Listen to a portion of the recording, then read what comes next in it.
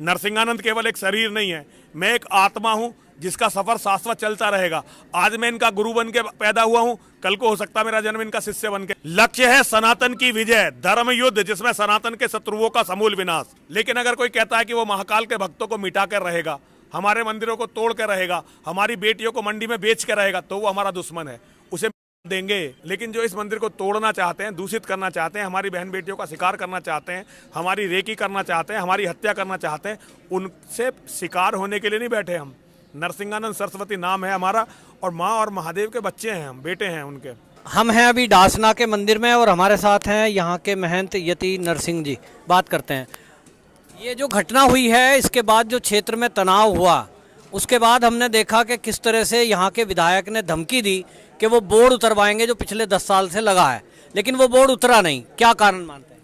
देखिए, वो बोर्ड इसलिए नहीं उतरा कि ये आज आप देख रहे होंगे देश के कोने कोने से बच्चों का जन सैलाब, और इससे पहले इन्होंने जो सोशल मीडिया पे अपनी नाराजगी जताई, हमारा समर्थन किया, हमारी बातों का समर्थन किया, उससे शासन प्रशासन की हिम्मत नहीं हुई कि ये बोर्ड को उतार दें।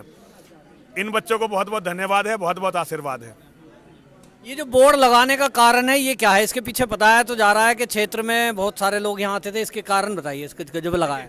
इसका सबसे बड़ा कारण ये है कि यहाँ मुसलमानों के गुंडे आते थे, हमारी बहन बेटियों को छेड़ते थे, और हमें ये पसंद नहीं था। सबसे बड़ी बात क्या होती थी डॉक्टर साहब, जैसे मान लीजिए हमने आप एक हिंदू हैं, आपके भाई ने किसी लड़की को छेड़ा और मैं शिकायत लेके गया, तो मुझे पूरा विश्वास है कि आप ये नहीं पूछेंगे कि बात सच है या गलत है, आप अपने लड़के को डांटना या मारना शुरू कर देंगे।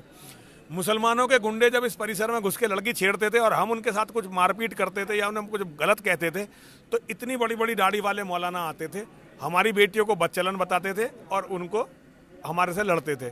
भाई हमें यहाँ लड़ाई क्यों चाहिए? एक दिन की बात है, लगभग 10 साल पहले की, जब मायावती का शासन था, मैं बाहर से आया, मैंने अपनी यहाँ से गाड़ी खड़ी करी, एक महिला यहाँ रो रही थी और उसने कहा कि देखो बाबा, तुम्हारे होते होते इस लड़के ने मेरी बेटी के साथ ये किया है। बहुत घृणित घटना थी, मैं बताना नहीं चाहता। वो मुसलमान लड़का था। उस दिन से हमने निर्णय किया कि भाई हमें इस परिसर में कोई मुसलमान नहीं चाहिए, ताकि हमारी बहन बेटी यहाँ आराम से अपना जो है आके भजन पूजा कर सकें। लेकिन बोर्ड लगाने से ये हुआ कि रुकते तो नहीं है, जिस तरह से ये लड़का भी आ गया था। देखिए, ये तो चोरी छुपे आ जाते हैं, बोर्ड लगाने से ज़्यादातर रुक जाते हैं। और देखिए, हमारा ये मंदिर है, ये कोई घूमने की जगह तो है नहीं, पर्यटन स्थल तो है नहीं, ये तो मंदिर है। यहाँ मुसलमान क्यों आएगा? अच्छा, पूजा करने के लिए अगर वो आना चाहते हैं तो उनका बड़ा स्वागत है, वो आएँ, गोमूत्र पिएँ, पंचगव्य का खाएँ, हमारे साथ हवन करें, पूजा करें, हम अपने तरह से उनकी पूजा करवाते हैं जो सनातन विधि है। तो हम तो बिल्कुल तैयार हैं। हम तो असलम चौधरी को हमने तो कहा भाई तू आ, शास्त्रीय विधि से हमारे यहाँ आके पूजा कर, हम तैयार हैं। लेकिन वो शास्त्रीय विधि से पूजा नहीं करना चाहते, वो मेरी बहन बेटियों का शिकार करना चाहते हैं, इस मंदिर की रेकी करना चाहते हैं, हमारी देव प्रतिभाओं को दूषित करना चाहते हैं। इसके लिए हम उन्हें यहाँ नहीं आने देंगे। आपने बहुत बड़ी बात कही कि बोर्ड के बारे में जो अब तक लोग बात कर रहे हैं, उसके बाद आपने कहा कि मुसलमानों का स्वागत है जो मंदिर में आकर हमारी विधि के अनुसार पूजा पाठ करना चाहते हो या पॉजिटिव थिंकिंग लेकर आए। बिल्कुल बिल्कुल, जो मुसलमान हमारे शास्त्रीय विधि से पूजा करना चाहते हो, गौमूत्र का सेवन करके, पंचगव्य का सेवन करके जो यहाँ पूजा करना चाहते हैं, उनका स्वागत है, बहुत बहुत स्वागत है। लेकिन जो इस मंदिर को तोड़ना चाहते हैं, दूषित करना चाहते हैं, हमारी बहन बेटियों का शिकार करना चाहते हैं, हमारी रेकी करना चाहते हैं, हमारी हत्या करना चाहते हैं, उनसे शिकार होने के लिए नहीं बैठे हम। नरसिंहानंद सरस्वती नाम है हमारा, और माँ और महादेव के बच्चे हैं हम, बेटे हैं उनके, माँ के और महादेव के, उनकी कृपा से। और ये जो शेर देख रहे हैं आप, आज जो जन समुदाय यहाँ उमड़ा है, ये कभी हमने सपने में भी नहीं सोचा था कि डासना मंदिर में इतने लोग कभी आएंगे।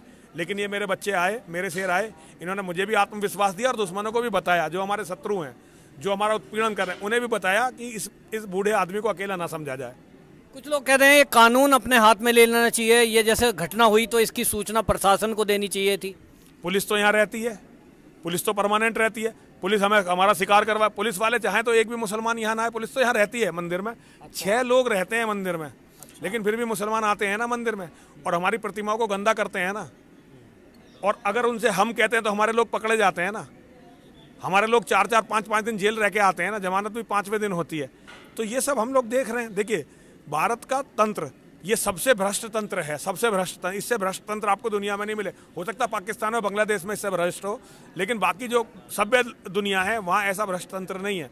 तो इन भ्रष्ट तंत्र के लोगों से अब मैं क्या कहूँ, अब ये प्रशासन जो है मुसलमानों की भीड़ तंत्र से डरते हुए हर बात में हमें दबाने की कोशिश करता है। ये हमारी सबसे बड़ी पीड़ा है यहाँ पे। मैंने देखा कि ये खबरें आई हैं कि जो वो लड़का था जिसने यहाँ मंदिर में गड़बड़ की और यहाँ मूर्ति अपवित्र की, उसके यहाँ लाखों रुपए इकट्ठे हो गए। तो 25 लाख तो एजाज खान नाम के एक आदमी ने दिए हैं और 6.5 लाख रुपए भीम आर्मी वाले दे के गए थे। और अमेरिका में, लंदन में बैठे हुए हिंदुओं ने, मुसलमानों ने नहीं, हिंदुओं ने उसके लिए बड़ा फंड रेजिंग का कार्यक्रम किया है। तो भैया ये उसकी खुशकिस्मती है कि वो मुसलमानों में पैदा हुआ। वो यहाँ रेकी करने आया, देव प्रतिमाओं को दूषित करने आया, फिर भी हिंदू पैसे दे रहे हैं। हिंदुओं का अपमान करने वालों को एक तरह से इनाम दिया गया। और ये बताया गया कि अगर तुम इस मंदिर में जाके कुछ बदतमीजी करोगे तो हम तुम्हारे साथ रहेंगे। आज जो युवा आपके पास आए हैं, और जो मैंने देखा बहुत दूर दूर से भी आए हैं, कोई तो यहाँ 300-400 किलोमीटर से भी आए हैं, और मुझे पता लगा गुजरात से भी कोई आए हैं। तो ये जो शक्ति आपके पास आई है, इसका पॉजिटिव कुछ यूज करना चाहते हैं? देखिए, गुजरात से, जम्मू कश्मीर से, कलकत्ता से, महाराष्ट्र से, गोवा से, उड़ीसा से, ऐसा कोई भारत का हिस्सा नहीं है जहाँ से युवा मेरे पास आज नहीं आए हैं। भारत के हर कोने से, बिहार से बहुत लोग आए हैं। हाँ, बिहार से, झारखंड से, उड़ीसा से, देश के हर कोने से लोग आए, साउथ इंडिया से लोग आए जो मेरी भाषा नहीं समझते, जिनकी भाषा मैं नहीं समझता। बाबूजी हरियाणा से आए हैं, बहुत दूर दूर से लोग आए हैं। और इस चीज़ ने, इतनी दूर दूर से ये लोग आए, इस बात ने मुझे अभिभूत किया है। आप कहते थे कोई मेरी हत्या हो जाए, लेकिन मैं समाज को जगाने आया हूँ। क्या लग रहा है कि इस समय समाज जगा आपकी बातचीत से? देखिए, अभी ये कहना बहुत जल्दी होगी। केवल सोशल मीडिया को मैं जगना नहीं मानता, और अभी ये इतनी बड़ी भीड़ भी नहीं है जितनी कि मुझे उम्मीद, मतलब जितनी मुझे चाहिए। तो लेकिन एक उम्मीद बड़ी है कि रास्ता सही है और मेरे बच्चे मेरी बात समझ रहे हैं, मेरे लोग मेरी बात समझ रहे हैं। अगर ये मेरी बात समझेंगे और ये खड़े हो जाएंगे तो एक दिन विजय हमें मिलेगी, ये मेरी कामना। देखिए, मैं एक शरीर नहीं हूँ, नरसिंहानंद केवल एक शरीर नहीं है, मैं एक आत्मा हूँ जिसका सफर शाश्वत चलता रहेगा। आज मैं इनका गुरु बन के पैदा हुआ हूँ, कल को हो सकता है मेरा जन्म इनका शिष्य बन के, इनके किसी का शिष्य बन के हो। हमारी यात्रा चलती रहेगी। सनातन जीतना चाहिए। 95% मुसलमानों के एरिया में आपने जिस तरह से इसको बचा के रखा है, ये पूजा स्थल को, और जितने युद्ध लड़े हैं, आपके बाद क्या ये सुरक्षित रह पाएगा? इसकी कोई व्यवस्था है? पक्का। मेरे बाद जो इस मंदिर के महंत हैं, हमारी बहन है यतिमा चेतनानंद सरस्वती जी, वो मेरे से हजारों गुना ज्यादा ताकतवर हैं, हजारों गुना ज्यादा विद्वान हैं, हजारों गुना ज्यादा जिद्दी हैं। ये तो मैं बहुत सारे समझौते कर लेता हूँ। जिस दिन इसकी कमान सारी चेतनानंद जी, हालांकि महंत वही हैं, लेकिन फिर भी वो मेरे काम में कम वो करती हैं, दखल अंदाजी करती हैं, तो यहाँ की व्यवस्था मैं देखता हूँ। जिस दिन संपूर्ण व्यवस्था उनके हाथ में होगी, ये शिव शक्ति धाम हजारों गुना ज्यादा ताकतवर होगा। और उसके बाद जो अगले हमारे आने वाले महंत हैं, जो हमने अभी से तय कर रखे हैं, जब जैसे जैसे कमान उनके हाथ में आती जाएगी, शिव शक्ति धाम हजारों गुना ज्यादा प्रज्वलित होता चला जाएगा। सनातन के जब तक सृष्टि खत्म नहीं होगी, शिव शक्ति धाम की लड़ाई खत्म नहीं होगी। अब इसका लक्ष्य क्या है? लक्ष्य है सनातन की विजय, धर्म युद्ध, जिसमें सनातन के शत्रुओं का समूल विनाश, सनातन के सभी शत्रुओं का समूल विनाश हमारा लक्ष्य है। इसके सिवा कोई लक्ष्य नहीं है। अच्छा, उसमें हिंदू भी हो सकते हैं? नहीं, जो सनातन के शत्रु हैं वो कोई भी हो सकते हैं। सनातन नहीं, हिंदू, वैसे हिंदू सनातन का शत्रु क्यों होगा? लेकिन जिसने हिंदू धर्म छोड़ दिया, अगर किसी ने हिंदू धर्म छोड़ दिया तो वो तो सनातन का शत्रु हो गया ना। तो जो जिन्होंने हिंदू धर्म छोड़ा है वो सनातन के शत्रु हैं। विचारधारा अलग होने से कोई सनातन का शत्रु नहीं हो जाता। हमारे यहाँ तो भगवान श्री कृष्ण ने, योगेश्वर ने गीता में कह दिया कि तुम अपने हिसाब से पूजा करो, ये अपने हिसाब से पूजा करेगा, आखिर में सब पूजा पद्धति एक ही जगह मिल जाएगी। और अगर कोई योगेश्वर को नहीं मानता, कोई महाकाल को, महादेव को नहीं मानता, तो ना मानने से मेरा शत्रु नहीं हो जाता।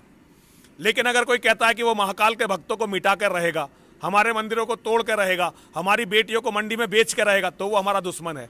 उसे देंगे और ये लक्ष्य एक दिन हम लोग पूरा करेंगे।